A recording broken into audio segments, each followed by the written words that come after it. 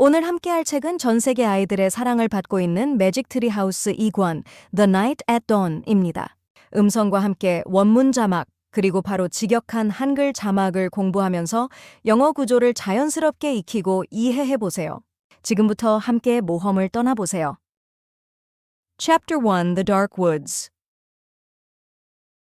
Jack couldn't sleep. He put his glasses on. He looked at the clock. It was 5:30, too early to get up. Yesterday, so many strange things had happened. Now he was trying to figure them out. He turned on the light and picked up his notebook. He looked at the list he'd made before going to bed. Found treehouse in woods. Found lots of books in it. Pointed to pteranodon picture and book. Made a wish.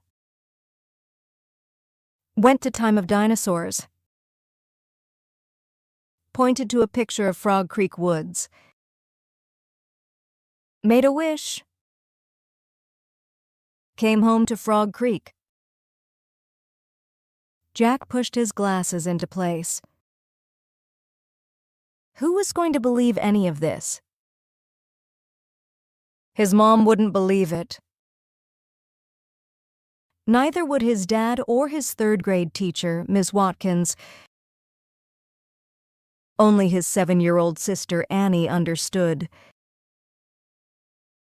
She'd gone with him to the time of the dinosaurs. Can't you sleep? Annie was standing in his doorway. Nope, said Jack. Me neither, said Annie. What are you doing?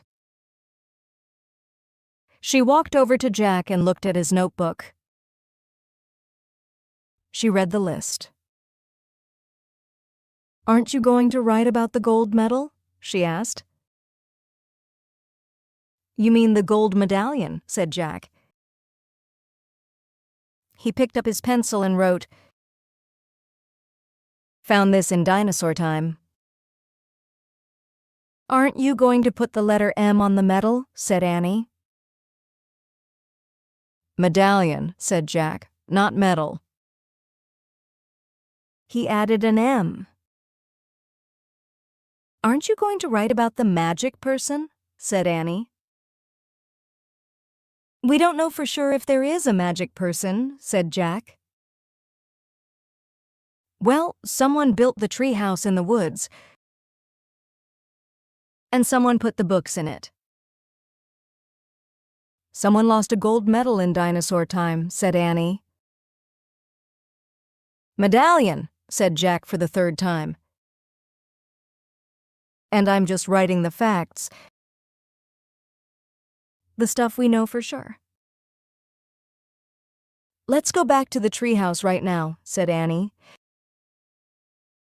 and find out if the magic person is a fact. Are you nuts? Said Jack. The sun's not even up yet. Come on, said Annie. Maybe we can catch them sleeping. I don't think we should go there, said Jack. He was worried. What if the magic person was mean? What if he or she didn't want kids to know about the treehouse? Well, I'm going, said Annie. Jack looked out his window at the dark gray sky.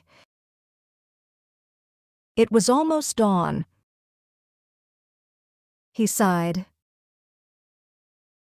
Okay. Go get dressed. I'll meet you at the back door. Be quiet. Yay, whispered Annie. She tiptoed away as quietly as a mouse. Jack put on jeans, a warm sweatshirt, and sneakers. He tossed his notebook and pencil in his backpack. He crept downstairs. Annie was waiting by the back door. She shined a flashlight in Jack's face. "Ta-da! A magic wand," she said. "Shh, don't wake up Mom and Dad," whispered Jack. "And turn that flashlight off.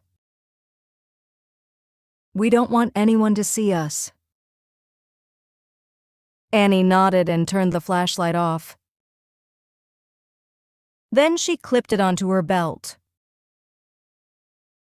Jack and Annie slipped out the door into the cool early morning air.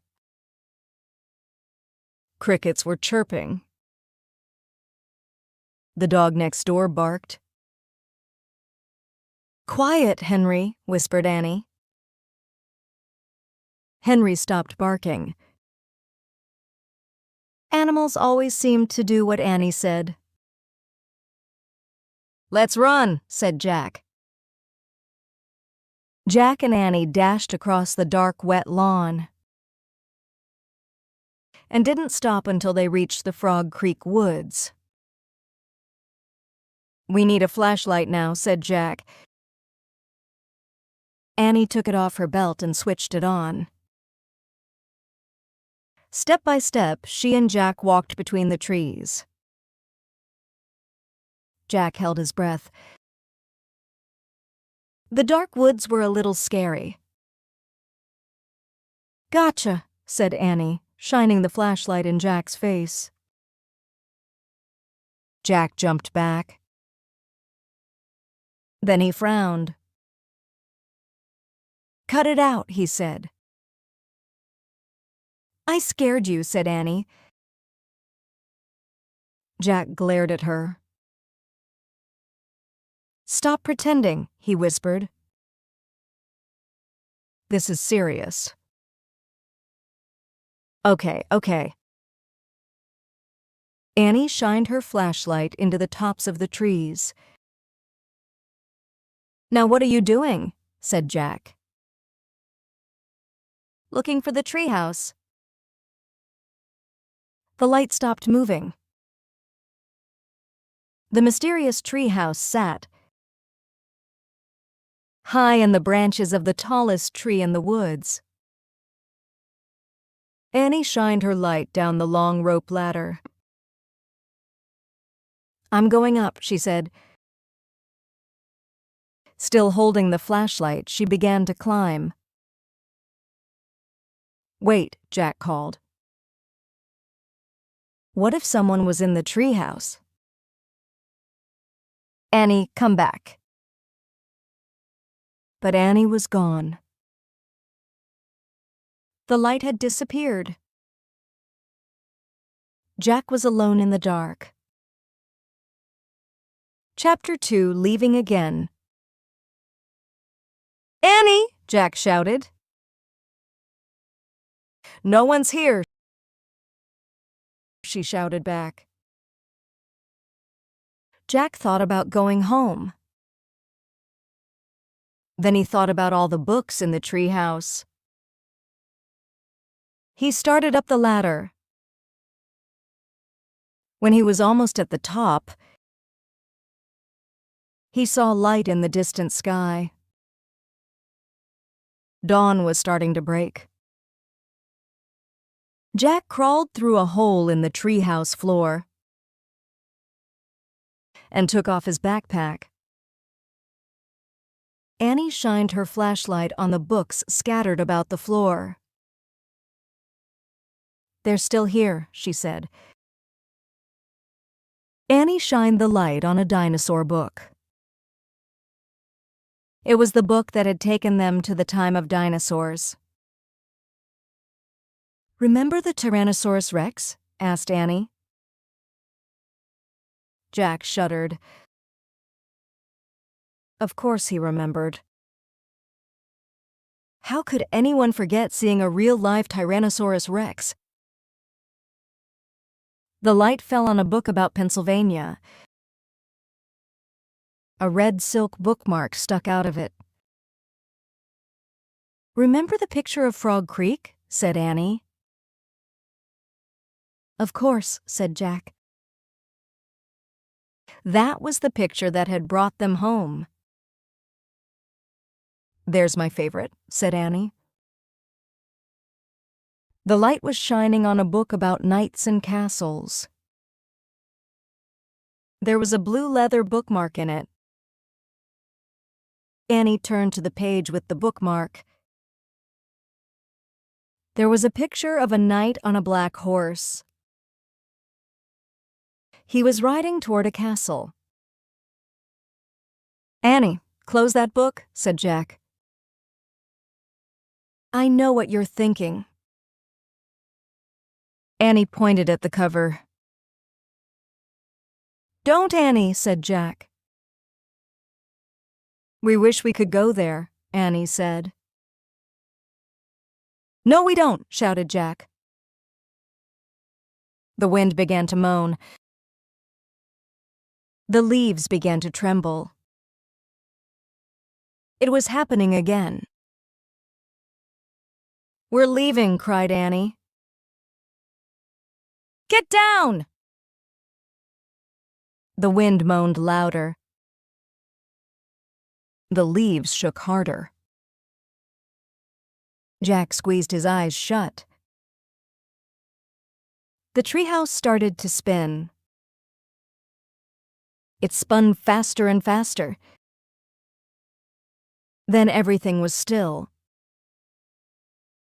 Absolutely still. Jack opened his eyes. He shivered. The air was damp and cool. The sound of a horse's whinny came from below. Nay! I think we're here, whispered Annie. She was still holding the castle book. Jack peeked out the window. A huge castle loomed out of the fog. Jack looked around. The treehouse was in a different oak tree. Look, said Annie.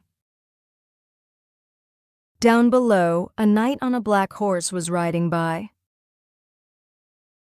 Oh man, said Jack. That's incredible. But we can't stay here. We have to go home. And make a plan first. He picked up the book about Pennsylvania. He opened it to the page with the red silk bookmark. He pointed to the photograph of the Frog Creek woods. I wish. No, said Annie. She yanked the book away from him. Let's stay. I want to visit the castle. You're nuts. We need to examine the situation, said Jack. Let's examine it here, said Annie.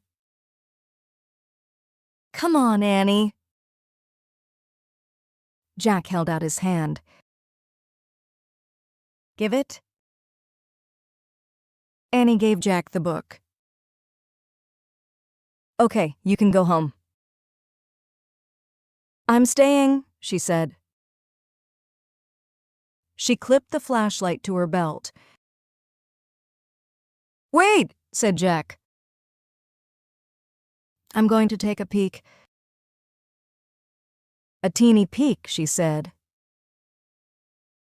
And she scooted down the ladder. Jack groaned. Okay, Annie won. He couldn't leave without her. Besides, he sort of wanted to take a peek himself. Jack put down the book about Pennsylvania. He dropped the castle book into his pack. He stepped onto the ladder and headed into the cool, misty air. Chapter 3. Across the Bridge. Annie was under the tree, looking across the foggy ground. "The knight's riding toward that bridge, I think," said Annie. "The bridge goes to the castle." "Wait, I'll look it up," said Jack. "Give me the flashlight." He took the flashlight from Annie and pulled the castle book out of his pack. He opened it to the page with the leather bookmark. He read the words under the picture of the knight. "This is a knight arriving for a castle feast. Knights wore armor when they traveled long and dangerous distances. Armor was very heavy. A tournament helmet could weigh up to 40 pounds. Wow. Jack had weighed 40 pounds when he was 5. It would be like riding a horse with a 5-year-old on your head, he thought. Jack pulled out his notebook. He wanted to take notes as he'd done on their dinosaur trip. He wrote "heavy head." What else? He turned the pages of the castle book. He found a picture that showed the whole castle and the buildings around it. "The knight's crossing the bridge," said Annie. "He's going through the gate." "He's gone." Jack studied the bridge in the picture. He read, "A drawbridge crossed the moat." The moat was filled with water to help protect the castle from enemies. Some people believe crocodiles were kept in the moat. Jack wrote in his notebook, "Crocodiles in moat?" "Look," said Annie, peering through the mist. "A windmill right over there." "Yeah, there's a windmill in here too," said Jack, pointing at the picture. "Look at the real one, Jack," said Annie. "Not the one in the book." A piercing shriek split the air. "Yikes," said Annie. "It sounded like it came from that little house over there." She pointed through the fog. "There's a little house here," said Jack, studying the picture. He turned the page and read. The hawk house was in the inner ward of the castle. Hawks were trained to hunt other birds and small animals. Jack wrote in his notebook, "Hawks in hawk house." "We must be in the inner ward," said Jack. "Listen," whispered Annie. "Do you hear that? Drums, horns." "They're coming from the castle." "Let's go see." "Wait," said Jack. He turned more pages of the book. "I want to see what's really going on, Jack." "Not what's in the book," said Annie. "But look at this," said Jack. He pointed to a picture of a big party. Men were standing by the door playing drums and horns. He read, "Feasts were held in the great hall." Fanfares were played to announce different dishes in a feast. "You can look at the book." "I'm going to the real feast," said Annie. "Wait," said Jack, studying the picture. It showed boys his age carrying trays of food. On the trays were peacocks with all their feathers, whole pigs and pies. Peacocks? Jack thought. He wrote, "They eat peacocks?" Jack held up the book to show Annie. "Look, I think they eat—" Where was she? Jack looked through the fog. He heard the real drums and the real horns. He saw the real hawk house, the real windmill, the real moat. He saw Annie dashing across the real drawbridge. Then she vanished through the gate leading to the castle. Chapter 4 Into the Castle. "Oh, brother," muttered Jack. He threw his stuff into his pack and moved toward the drawbridge. He hoped no one would see him. It was getting darker. When Jack got to the bridge, he started across. The wooden planks creaked under his feet. He peered over the edge of the bridge. Are there any crocodiles in the moat? He wondered. He couldn't tell. Halt! Someone shouted.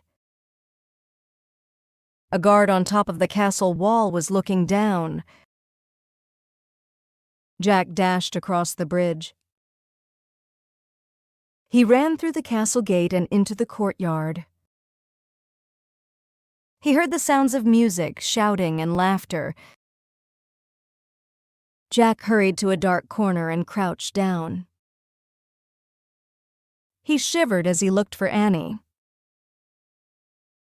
Torches lit the high wall around the courtyard. The courtyard was nearly empty. 2 boys led horses that clopped over the gray cobblestones. One of them was the knight's black horse. Psst, Jack. Jack peered into the darkness. There was Annie. She was hiding behind a well in the center of the courtyard. She waved at him. Jack waved back. He waited until the boys and horses disappeared inside the stable. Then he dashed to the well. I'm going to find the music, whispered Annie. Are you coming? Okay, Jack said with a sigh. They tiptoed together across the cobblestones. Then they slipped through the entrance of the castle. Laughter and music came from a bright room in front of them. They stood at the doorway and peeked in. The feast in the great hall, whispered Jack. He held his breath as he stared in awe. A giant fireplace blazed at one end of the noisy room. Antlers and rugs hung on the stone walls. Flowers covered the floor. People in bright clothes and funny hats strolled among the crowd. Some played oddly shaped guitars. Some juggled balls in the air. Some balanced swords on their hands. Boys in short dresses carried huge trays of food. Dogs were fighting over bones under the tables. Men and women dressed in capes and furs sat at long, crowded wooden tables. I wonder which one is the knight, said Jack. I don't know, whispered Annie. But look, they're all eating with their fingers. Halt! Someone shouted behind them. Jack whirled around. A man carrying a tray of pies was standing a few feet away. Who art thou? he asked angrily. Jack, squeaked Jack. Annie, squeaked Annie. Then they ran as fast as they could down a dimly lit hallway. Chapter 5, Trapped. Come on, cried Annie. Hurry! Jack raced behind her. Here, quick! Annie dashed toward a door off the hallway. She pushed the door open. Jack and Annie stumbled into a dark, cold room. The door creaked shut behind them. Give me the flashlight, said Annie. Jack handed it to her, and she switched it on. Yikes, said Annie. A row of knights was right in front of them. Annie flicked off the light. Silence. They aren't moving, Jack whispered. Annie switched the light back on. They're just suits, Jack said. Without heads, said Annie. Let me have the flashlight for a second, said Jack, so I can look in the book. Annie handed Jack the flashlight. He pulled out the castle book. He flipped through the pages until he found what he was looking for. Jack put the book away. It's called the armory, he said. It's where armor and weapons are stored. He shined the flashlight around the room. Oh, man, whispered Jack. The light fell on shiny breastplates, leg plates and arm plates. Shelves were filled with helmets and weapons. Shields, spears, swords, crossbows, clubs, and battle axes hung on the walls. Voices came from the hallway. Let's hide, said Annie. Wait, said Jack. I've got to check on something first. Hurry, said Annie. It'll take just a second, said Jack. Hold this. He handed Annie the flashlight. He tried to lift a helmet from a shelf. It was too heavy. He bent down and dragged the helmet over his head. The visor slammed shut. Oh man, thought Jack. This is worse than having a 5-year-old on my head. It's like having a 10-year-old on my head. Not only could Jack not lift his head, he couldn't see anything either. Jack! Annie sounded far away. They're getting closer. Turn off the flashlight. Jack's voice echoed inside the metal helmet. He struggled to get the helmet off. Suddenly, he lost his balance and went crashing into other pieces of armor. Metal plates and weapons clattered to the floor. Jack lay on the floor in the dark. He tried to get up, but his head was too heavy. He heard deep voices. Someone grabbed him by the arm. The next thing he knew, his helmet was yanked off. He was staring into the fiery light of a torch. Chapter 6, Ta-da! In the torchlight, Jack saw 3 huge men standing over him.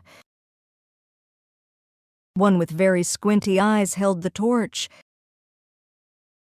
One with a very red face held Jack. And one with a very long mustache held on to Annie. Annie was kicking and yelling. "Stop," said the one with the very long mustache. "Who art thou?" said the one with the very red face. "Spies, foreigners, Egyptians, Romans, Persians," said the squinty-eyed one. "No, you dummies," said Annie. "Oh, brother," Jack muttered. "Arrest them," said Redface. "The dungeon," said Squinty Eyes. The guards marched Jack and Annie out of the armory. "Go," said a guard, giving him a push. Jack went. Squinty, Annie, Mustache, Jack, and Red marched down the long, dark hallway. They marched down a narrow, winding staircase. Jack heard Annie shouting at the guards. "Meanies, we didn't do anything." The guards laughed. At the bottom of the stairs was a big iron door with a bar across it. Squinty lifted the bar. He shoved the door, and it creaked open. Mustache and Red pushed Jack and Annie into a cold, clammy room. The fiery torch lit the dungeon. There were chains hanging from the filthy walls. Water dripped from the ceiling, making puddles on the stone floor. It was the creepiest place Jack had ever seen. "We'll keep them here till the feast is done. Then turn them over to the Duke," said Squinty. "He knows how to take care of thieves." "There will be a hanging tomorrow," said Mustache. "If the rats don't get them first," said Red. They all laughed. Jack felt his backpack move. Annie was quietly opening it. "Come on, let's chain the 2 of them," said Squinty. The guards started toward Jack and Annie. Annie whipped her flashlight out of Jack's pack. "Ta-da!" she yelled. The guards froze. They stared at the shiny flashlight in Annie's hand. Annie switched on the light. The guards gasped. They jumped back against the wall. Squinty dropped the torch. It fell into a dirty puddle on the floor, sputtered, and went out. "My magic wand," Annie said, waving the flashlight. "Get down or I'll wipe you out." Jack's mouth dropped open. Annie fiercely pointed her light at Squinty, then at Mustache, and then at Red. Each howled and covered his face. "Down! All of you, get down!" shouted Annie. One by one, the guards knelt down on the wet floor. Jack couldn't believe it. "Come on," Annie whispered to Jack. "Let's go now." Jack looked at the open doorway. He looked at the guards. Quaking on the ground. "Hurry," said Annie. In one quick leap, Jack followed Annie out of the terrible dungeon. Chapter 7: A Secret Passage. Annie and Jack raced back up the winding stairs and down the long hallway. They hadn't gone far when they heard shouting behind them. Dogs barked in the distance. "They're coming," Annie cried. "In here," said Jack. He shoved open a door off the hallway and pulled Annie into a dark room.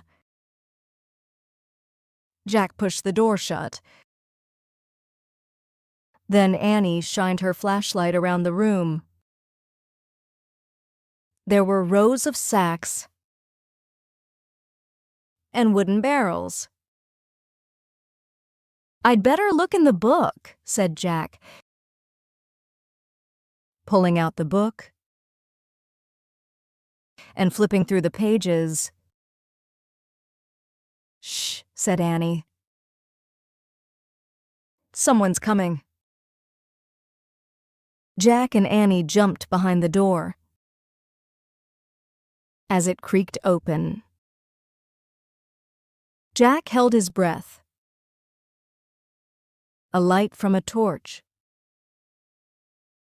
danced wildly over the stacks of wood, sacks and barrels. The light disappeared. The door slammed shut. "Oh man," whispered Jack. "We have to hurry. They might come back." His hands were trembling as he turned the pages of the castle book. "Here's a map of the castle," he said. "Look, this must be the room we're in.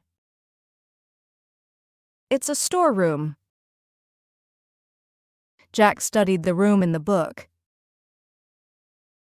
"These are sacks of flour and barrels of wine."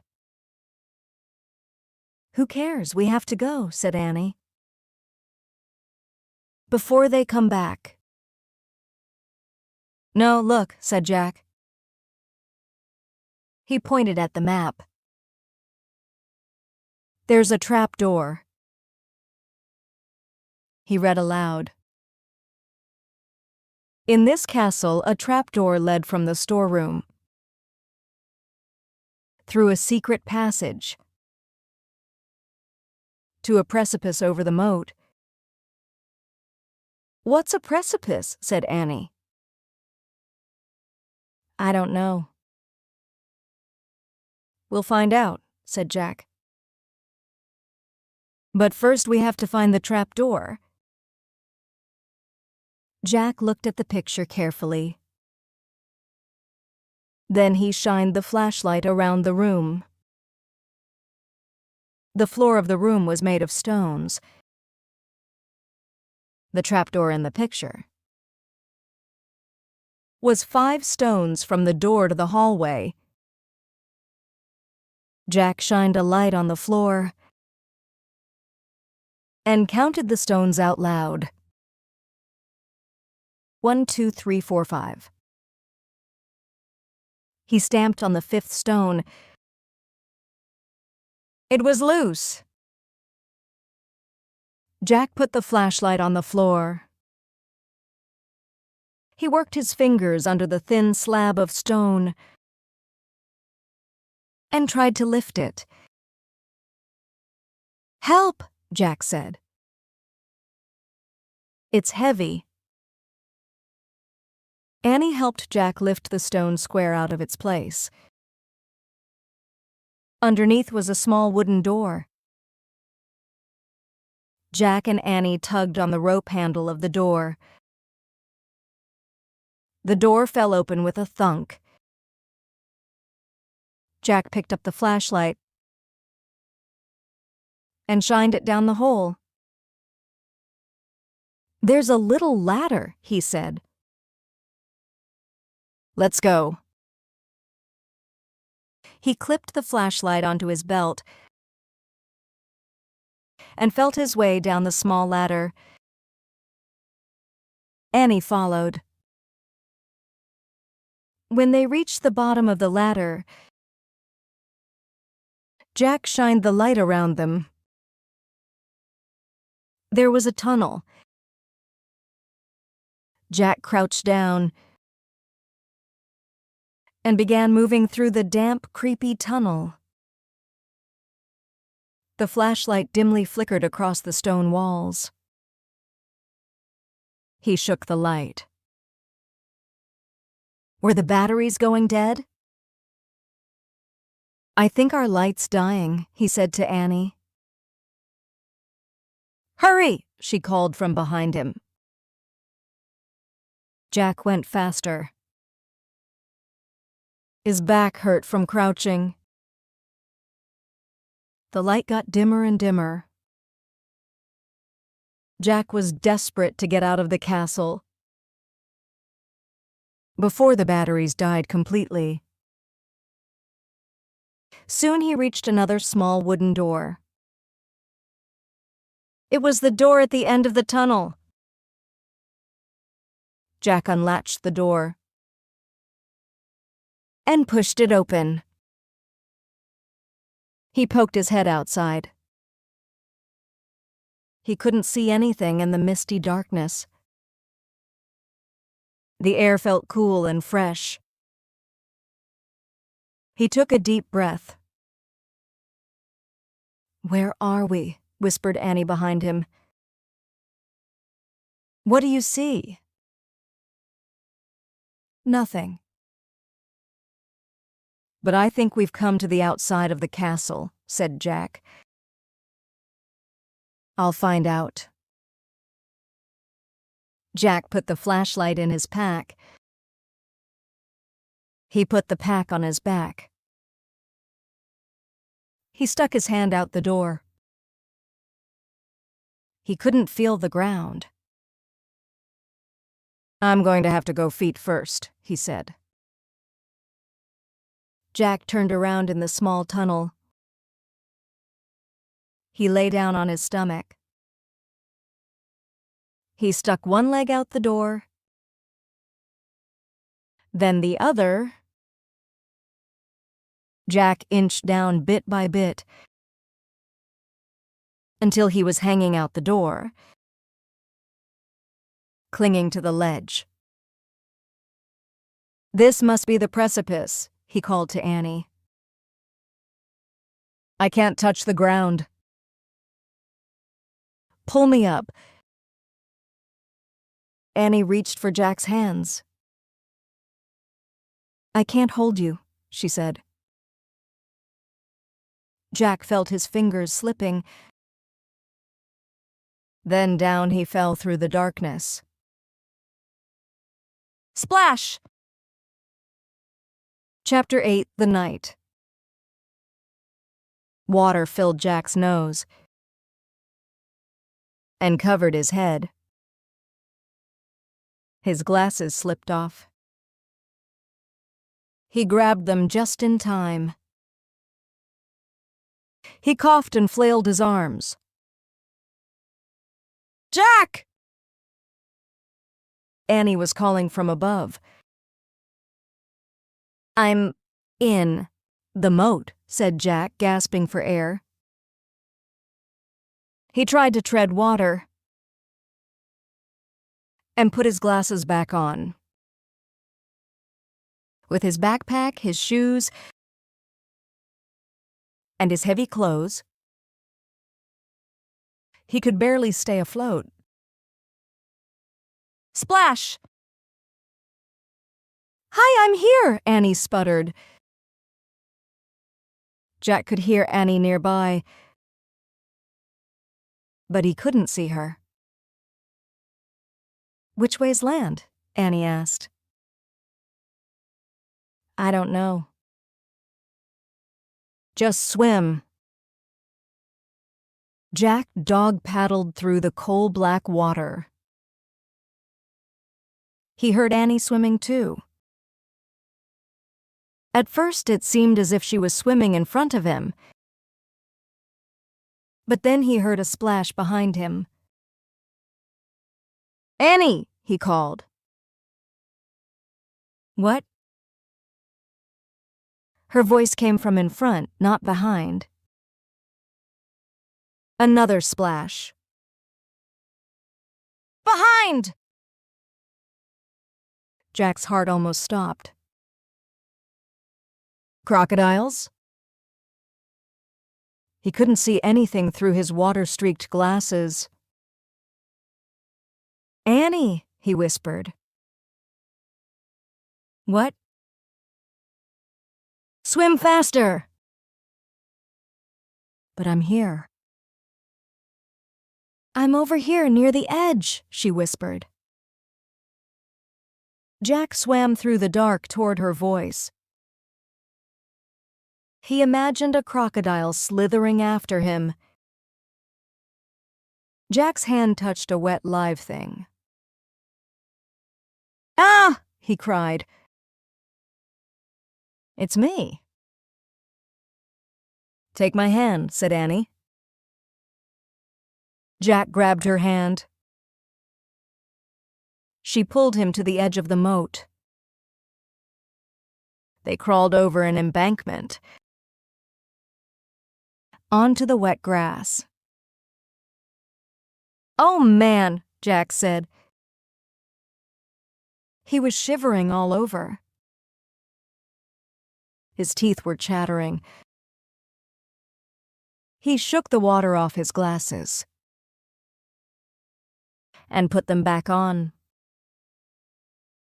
It was so misty. He couldn't see the castle. He couldn't even see the moat,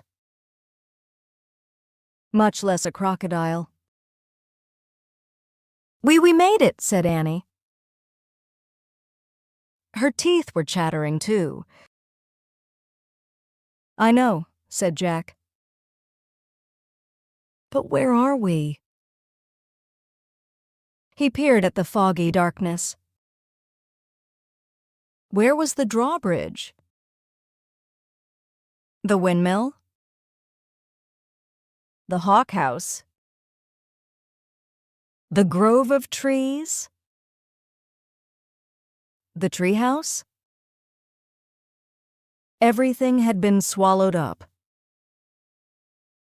by the thick, soupy darkness. Jack reached into his wet backpack and pulled out the flashlight. He pushed the switch. Nothing happened. The batteries were dead. They were trapped. But not in a dungeon. They were trapped in the still, cold darkness. "Nay!" A horse's whinny echoed through the night. The clouds parted. A full moon was shining in the sky. A pool of light spread through the mist. Jack and Annie saw a shadowy figure just a few feet away. It was the knight. The knight sat on the black horse. His armor shone in the moonlight. A visor hid his face, but he seemed to be staring straight at Jack and Annie. Chapter 9, Under the Moon. Jack froze. "It's him," Annie whispered. The knight held out his gloved hand. "Come on, Jack," Annie said. "Where are you going?" said Jack. He wants to help us, said Annie. How do you know? Said Jack. I can just tell, said Annie. Annie stepped toward the horse. The knight dismounted. The knight picked Annie up and put her on the back of his horse. Come on, Jack, Annie called. Jack moved slowly toward the knight. The knight lifted him up too and put him on the horse behind Annie. The knight then got on behind them. He slapped the reins. The black horse cantered beside. The moonlit water of the moat. Jack rocked back and forth in the saddle. The wind blew his hair. He felt very brave and very powerful. He felt as if he could ride forever on this horse. With this mysterious night, over the ocean, over the world, over the moon. A hawk shrieked in the darkness. There's the treehouse, said Annie. She pointed toward a grove of trees. The knight guided the horse toward the trees. See, there it is, Annie said, pointing to the ladder. The knight brought his horse to a stop. He dismounted and helped Annie and Jack down. Thank you, sir, Annie said. She bowed. Thank you, Jack said. He bowed too. The knight got back on his horse. He raised his gloved hand. Then he slapped the reins and rode off through the mist. Annie started up the tall ladder, and Jack followed. They climbed into the dark treehouse and looked out the window. The knight was riding toward the outer wall of the castle. They saw him go through the outer gate. Clouds started to cover the moon again. For a brief moment, Jack thought. He saw the knight's armor gleaming on the top of a hill beyond the castle. The clouds covered the moon completely. A black mist swallowed the land. He's gone, whispered Annie. Jack shivered in his wet clothes as he kept staring at the blackness. I'm cold, said Annie. Where's the Pennsylvania book? Jack heard Annie fumbling in the darkness. He kept looking out the window. I think this is it, said Annie. I feel a silk bookmark. Jack was only half listening. He was hoping to see the knight's armor gleam again in the distance. Okay, I'm going to use this, said Annie, because I think it's the right one. Here goes. Okay, I'm pointing. I'm going to make a wish. I wish we could go to Frog Creek. Jack heard the wind begin to blow softly. I hope I pointed to the right picture. In the right book, said Annie. What? Jack looked back at her. Right picture, right book. The treehouse began to rock. The wind got louder and louder. "I hope it wasn't the dinosaur book," said Annie. "Stop!" Jack shouted at the treehouse. Too late. The treehouse started to spin. It spun faster and faster. Then everything was still. Absolutely still. Chapter 10. One mystery solved. The air was warm. It was dawn. Far away, a dog barked. "I think that's Henry barking," Annie said. Jack and Annie both looked out the treehouse window. "We're home," said Annie. "Yay!" "That was close," said Jack.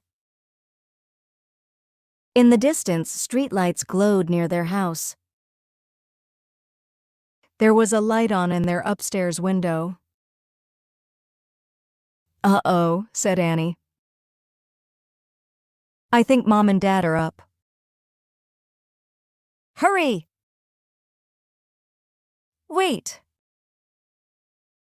In a daze, Jack opened his pack.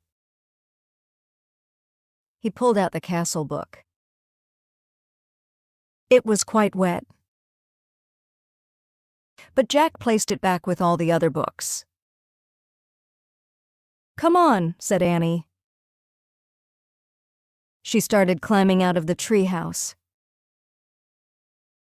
Jack followed her down the rope ladder. They reached the ground and took off running between the gray-black trees. They left the woods and ran down their quiet street. They got to their yard and crept across the lawn. They opened the front door carefully and slipped inside their house. "They're not downstairs yet," whispered Annie. "Shh," said Jack. He led the way up the stairs and down the hall. There was no sign of their mom or dad. But Jack could hear water running in the bathroom. Their house was so different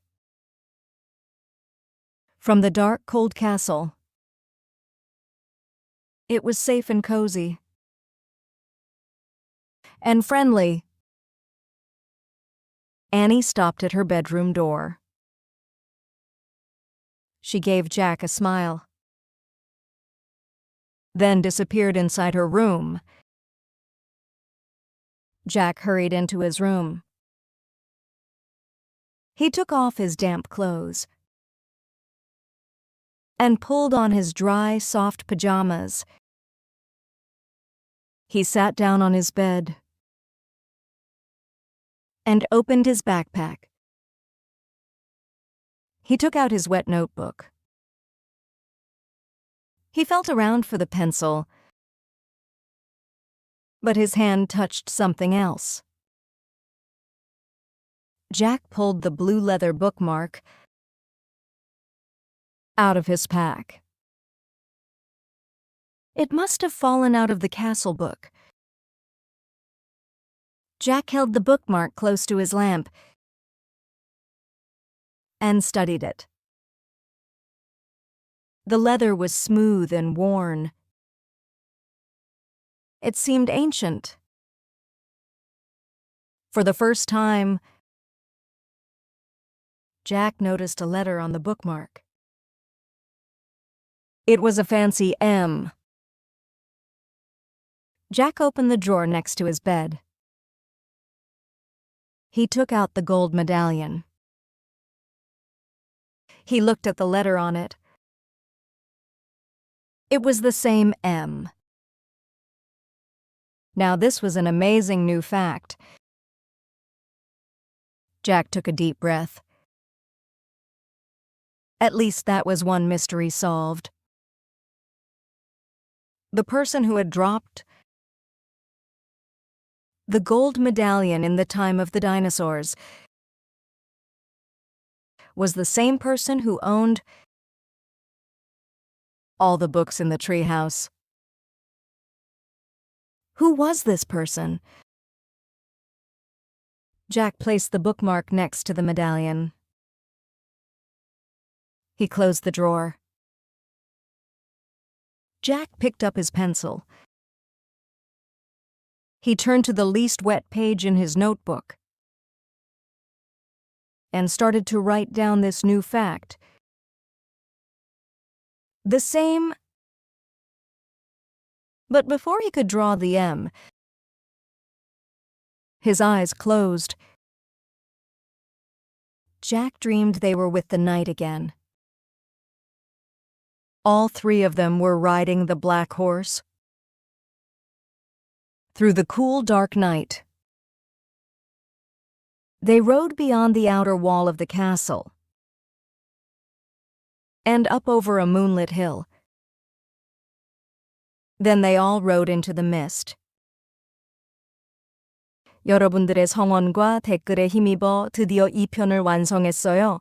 힘든 과정이었는데 정말 감사드리고 앞으로도 더 꾸준히 열심히 만들어서 올릴게요. 좋아요, 구독도 꾹 눌러주세요.